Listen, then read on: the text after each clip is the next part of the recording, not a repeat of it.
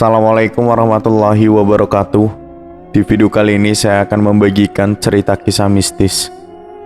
Cerita ini berjudul Anakku Dijadikan Tumbal Suamiku. Seperti apa kisah ceritanya? Langsung saja dan selamat mendengarkan.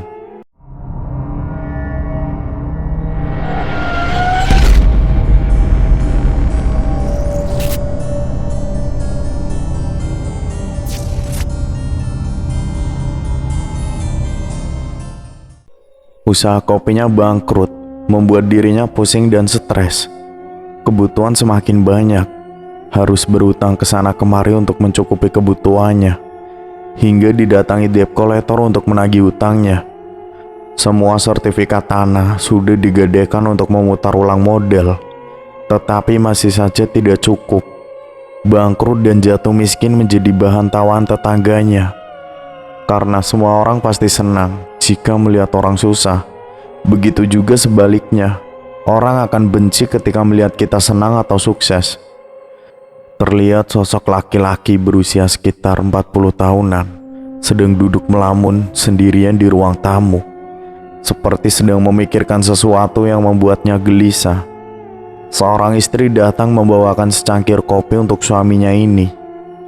Indun meletakkan secangkir kopi tersebut di atas meja. Basri yang masih melamun tidak menghiraukan kehadiran istrinya itu. Dengan tatapan mata yang kosong membuat Indun mencoba menyadarkan Basri. "Mas!" teriak Indun menepuk punggungnya. Sontak Basri kaget dan menatap Indun yang ternyata sedari tadi duduk di sampingnya. Indun pun menanyakan pada Basri yang melamun dari tadi. "Kamu kenapa, Mas? Kok melamun terus?" "Gak apa-apa kok, Dik, lagi pusing aja," jawabnya singkat. Yang Indun tahu kalau suaminya sedang memikirkan sesuatu yang berat, tapi dia mencoba mengerti, lalu meninggalkan Basri sendirian untuk menenangkan diri. Devi meminta uang kepada Basri untuk bayar SPP sekolah yang sudah lama menunggak. "Pak, minta uangnya buat bayar SPP, udah nunggak." "Sabar ya, Dev, gue pasti babak bayar kok." Devi langsung pergi karena selalu mendengarkan jawaban seperti itu membuat dirinya kesal. Lalu pergi menuju kamarnya. Hari mulai malam, semua isi rumah sudah terlelap dalam tidurnya. Badan berguling kemari dengan keringat yang basah menandakan sedang mimpi buruk. Sosok seorang perempuan berparas cantik bagaikan ratu datang ke dalam mimpi Basri, menggunakan gaun serba putih dengan mahkota di atas kepalanya dan senyumnya yang manis, mengatakan sesuatu kepada Basri. "Pergilah ke daerah pantai selatan. Di sana kamu akan mendapatkan kesejahteraan," kata Nyi Ratu. "Ah!" teriak Basri. Sontak membuat Basri terbangun seketika dengan nafas yang tergesa-gesa.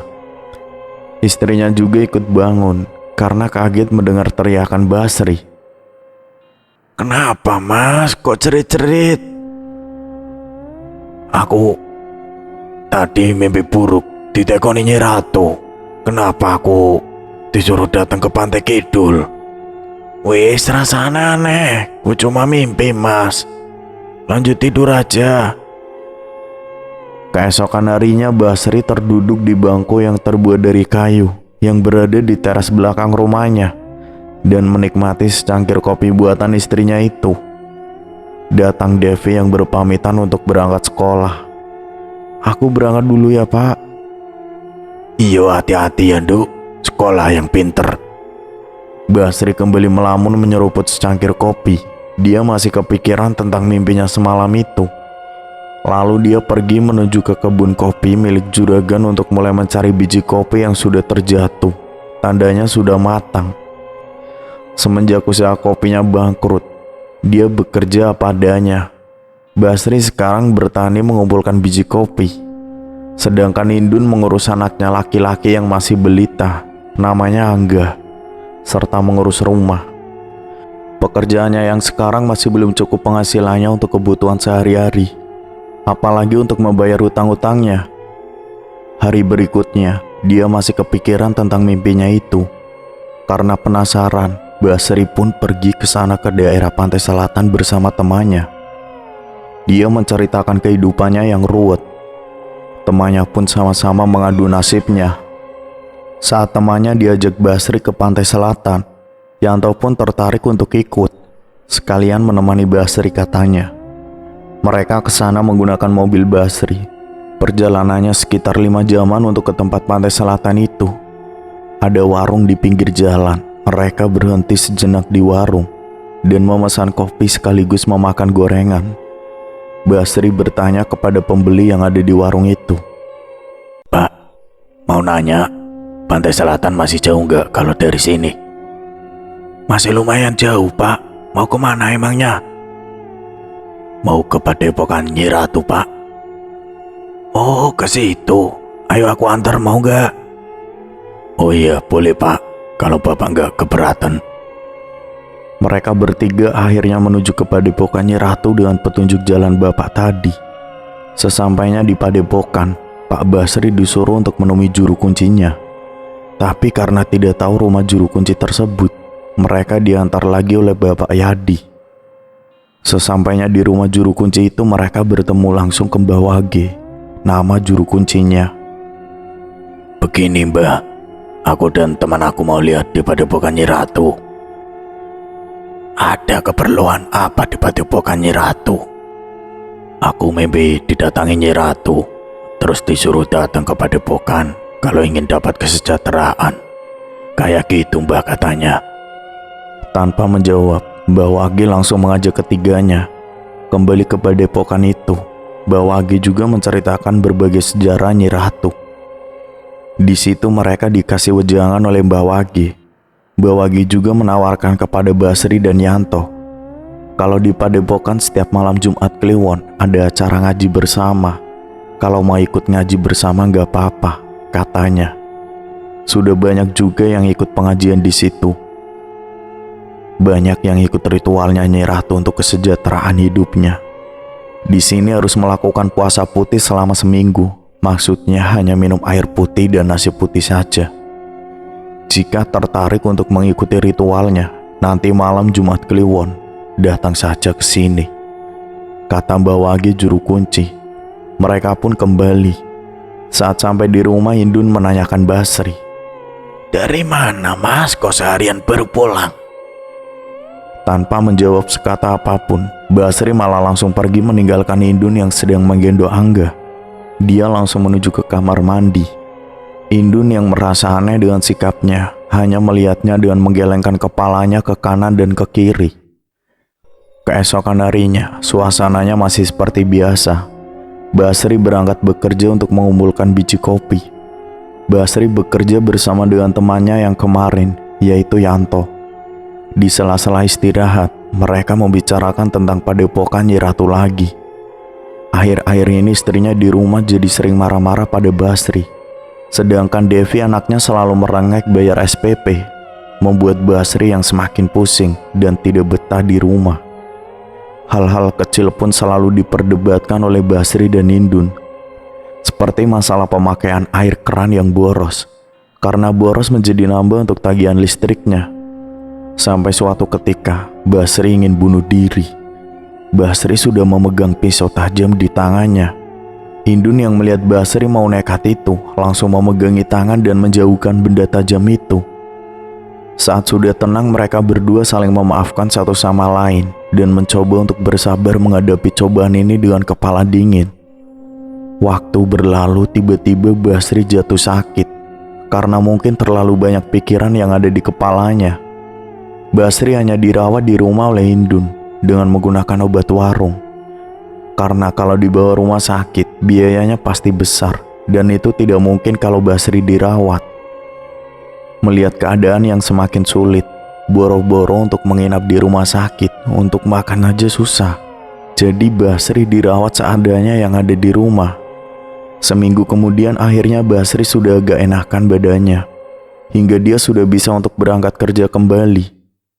Beberapa hari lagi Jumat Kliwon, Basri mencoba mengajak Yanto untuk pergi lagi ke Padepokan Nyi Ratu itu lagi. Yanto ternyata mau ikut ke sana lagi, karena kebetulan ekonominya juga sangat sulit. Hari Kamis mereka tidak berangkat bekerja, tapi mereka pergi ke Padepokan Nyi Ratu. Kali ini mereka hanya menggunakan motor berboncengan, karena mobil milik Basri yang kemarin itu sudah dijual untuk membayar hutang-hutangnya. Sesampainya di Padepokan, ternyata sudah ada Mbak Wage, juru kunci di sana. Mbak Wage langsung mengajak Basri dan Yanto pergi ke rumahnya untuk melakukan pengajian Jumat Kliwon nanti malam. Ternyata di sana sudah banyak orang juga yang menunggu di rumah juru kunci. Setelah acara pengajian selesai, mereka berbincang-bincang satu sama lain dan mengadu nasibnya masing-masing. Dengan berbagai cerita yang berbeda-beda, katanya ada yang usahanya juga bangkrut seperti Basri, ada yang ketipu orang lain, dan sebagainya. Akhirnya Basri dan Yanto memutuskan untuk mengikuti ritual dari juru kunci tersebut. Hari Sabtu, hari pertama mereka berada di sana, mereka sudah mulai melakukan puasa putih. Seharian mereka hanya makan nasi putih dan air putih. Lalu siang harinya mereka semua dibawa ke Padepokan Nyi Ratu dengan berjalan kaki yang berjarak kisaran 5 meter dari rumah Mbak Wage. Sampai di Padepokan mereka bersih-bersih padepokan itu. Ada yang menyapu, membersihkan rumput, mengepel. Bangunan padepokan ini berbentuk seperti musola yang ukurannya tidak besar, juga tidak kecil. Saat sore hari, mereka kembali lagi ke rumah juru kunci untuk mengambil jubah hitam dari sana dan memakainya. Lanjut lagi mereka berjalan menuju Padepokan saat malam hari ketika pukul jam 11 malam dengan melewati hutan. Sebelumnya mereka sudah diberi secari kertas masing-masing. Kertas itu berisi mantra-mantra untuk memanggil Nyi Ratu. Saat semua sudah duduk berjejer di Padepokan dengan secari kertas di tangan dan dihadapkan dengan sebuah kursi goyang. Waktu pukul 12 malam, seluruhnya membacakan mantra dan tiba-tiba kursi itu bergoyang dengan sendirinya. Kata Mbak Wage kalau kursi bergoyang, pertanda Nyi Ratu sudah datang dan duduk di kursi itu. Tiba-tiba salah satu dari mereka bicara ke arah kursi. Iya Nyai, aku sanggup memenuhi syaratnya. Lalu dia pergi sendirian, kembali ke rumah juru kunci dan pulang. Hari berikutnya pun sama, seperti itu. Satu persatu anggotanya mulai berkurang. Sekarang tinggal Basri dan Yanto. Saat mereka membacakan mantra, sekarang tinggal Yanto yang menjawab pertanyaan itu dengan jawaban yang sama. Iya Nyai, aku sanggup memenuhi syaratnya. Padahal selama ini Basri tidak mendengar sosok Nyai Ratu. Tapi kenapa semua bisa mendengar dan menjawab seolah melihat sosoknya? Yanto pun pergi meninggalkan Basri sendirian. Gak tahu gimana dia pulangnya, padahal mereka berdua tadinya berboncengan. Sekarang tinggal Basri sendirian. Dia sendirian di Padepokan dengan membaca mantra tersebut. Tiba-tiba sosok wanita berparas cantik tampak nyata, seperti yang ada di mimpinya itu. Sosok Nyi Ratu dengan didampingi dua pengawalnya. Nyi Ratu mengatakan kepada Basri, katanya kalau ingin hidupnya sejahtera, Nyi Ratu ingin anak terakhirnya diasuh olehnya. Maksudnya diasuh di sini adalah dijadikan tumbal, dan Basri nanti akan menjadi kaya raya. Mendengar ucapan Nyai tersebut, Basri pun menjawab dan mengiyakan. Karena sudah tidak ada cara lain, Basri sudah bosan mendengar hinaan para tetangganya itu. Iya Nyai, aku sanggup memenuhi syaratnya. Tapi dengan syarat, nanti setelah Basri pulang dari Padepokan ini, Basri harus membawa seekor kambing hitam untuk sebuah ritual. Dia pun mengerti, lalu pergi meninggalkan Padepokan itu dan melewati jalan setapak di tengah hutan seorang diri. Tanpa rasa takut yang dirasa, malah dia merasa bahagia. Basri pulang menggunakan motornya sendirian. Setelah sampai di rumah, Indun langsung menanyakan kepada Basri dari mana aja seminggu kemarin. Ternyata saat Basri pergi, dia tidak berpamitan kepada istrinya. Indun kira Basri marah dengannya karena di rumah selalu bertengkar. Tapi Basri hanya menjawab kalau dia habis mencari pekerjaan di kota, katanya. Indun pun percaya saja dengan ucapan Basri itu. Esok harinya Basri langsung pergi ke pasar untuk mencari kambing hitam yang disuruh oleh Nyi Ratu. Sudah berkeliling seluruh pasar, namun tidak ada juga yang menjual kambing hitam. Dia menuju ke pasar lain dan akhirnya menemukan seekor kambing hitam yang dicarinya. Dia membeli kambing tersebut dengan uang simpanan miliknya. Setelah selesai membeli kambing hitam tersebut, Basri langsung membawa kambing itu ke padepokan Nyi Ratu dengan menggunakan mobil pick-up. Dia menyewa mobil yang ada di pasar tersebut. Setelah perjalanan jauh, akhirnya sampailah Basri di padepokan tersebut. Di sana sudah ada Mbak Wage yang sedang membersihkan padepokan. Dia menunggu hingga malam hari tiba, dan saat malam tiba, Basri membacakan mantra lagi. Sosok Nyi Ratu menampakkan wujudnya di atas kursi goyang dan menyuruh Basri untuk membuat kambing gulai bersama juru kunci tersebut. Keesokan harinya, Basri dibantu oleh Mbak Wage menyembelih kambingnya dan memasaknya di dapur rumah Mbak Wage. Gulai yang sudah selesai dimasak, lalu dibuat sesajen di padepokan dengan kembang 7 rupa. Itu ternyata ritual awal untuk penumbalan anaknya, kata Mbak Wage. Semua dia lakukan mengikuti perintah dari Nyi Ratu. Semua sudah dilakukan dan sesuai perjanjian dengan Nyi Ratu, bahwa anaknya yang terakhir nantinya akan dijadikan tumbal oleh Nyi Ratu. Ritual sudah selesai, Basri pulang. Tiba-tiba istrinya langsung menarik paksa Basri saat sedang menaruh motornya. Indun membawa Basri masuk ke kamar anaknya. Angga kejang-kejang dan badannya panas secara mendadak. Tidak ada cara lain, Indun hanya bisa mengompres Angga dengan air hangat dan membuatkan ramuan jauh penurun panas. Karena faktor biaya yang tidak bisa untuk membawa Angga ke rumah sakit. Saat malam, suhu badan Angga mulai menurun setelah meminum jamu. Angga akhirnya terlelap tidur. Saat dini hari, Indun ingin membuang air kecil. Dia menuju ke kamar mandi belakang yang letaknya bersebelahan dengan dapurnya. Terdengar suara dari pintu belakang rumah. Suara itu persis seperti kambing yang mengembik. Rasa penasaran Indun pun muncul, membuatnya ingin melihat ada apa sebenarnya. Dan benar, saat membuka pintu belakang, ada seekor kambing hitam dengan 2 tanduk dan matanya yang menyala. Sontak Indun terkejut dan menutup kembali pintunya. Dalam batinnya, kambing milik siapa itu? Indun kembali lagi ke kamar anaknya dan melanjutkan untuk tidur. Keesokan harinya, Indun menceritakan hal yang dia lihat semalam kepada Basri. Namun Basri tidak mempercayai ucapan istrinya tersebut. Gak ada. Aku tadi coba lihat ke belakang juga tidak ada. Kamu cuma kecapean palingan. Indun hanya tertunduk diam, tidak membalas ucapan Basri kembali. Kejadian aneh kembali dialami oleh Indun saat siang hari. Basri sedang pergi entah kemana. Saat sedang menggendong Angga di belakang rumah, mata Indun tertuju pada pohon pisang yang ada di belakang rumah. Dia melihat ada sosok wanita memakai pakaian putih seperti kuntilanak dan berkata kepada Indun, Aku mau anakmu. Sontak badan Indun langsung merinding dan gemeteran karena terkejut dengan perkataannya.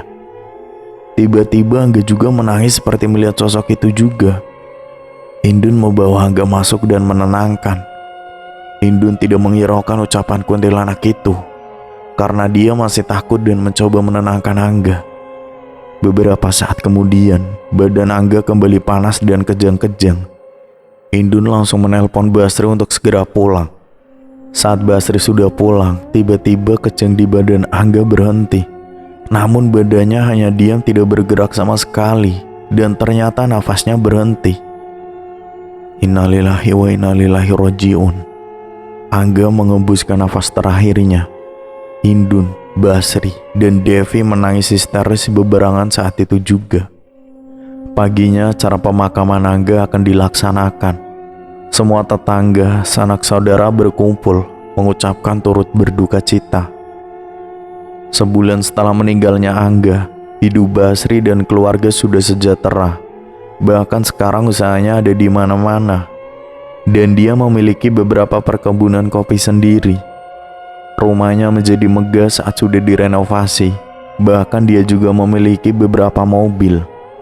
Hidupnya selalu berkecukupan dengan hartanya yang berlimpah. Basri rela menubalkan anaknya demi keegoisannya sendiri yang tergila-gila dengan harta. Basri gengsi dengan omongan orang di sekitarnya yang selalu menghina dirinya, membuat Basri buta dan menutup hatinya. Itulah kisah cerita Basri yang menubalkan anaknya demi kekayaan. Terima kasih, saya pamit undur diri. Wassalamualaikum warahmatullahi wabarakatuh.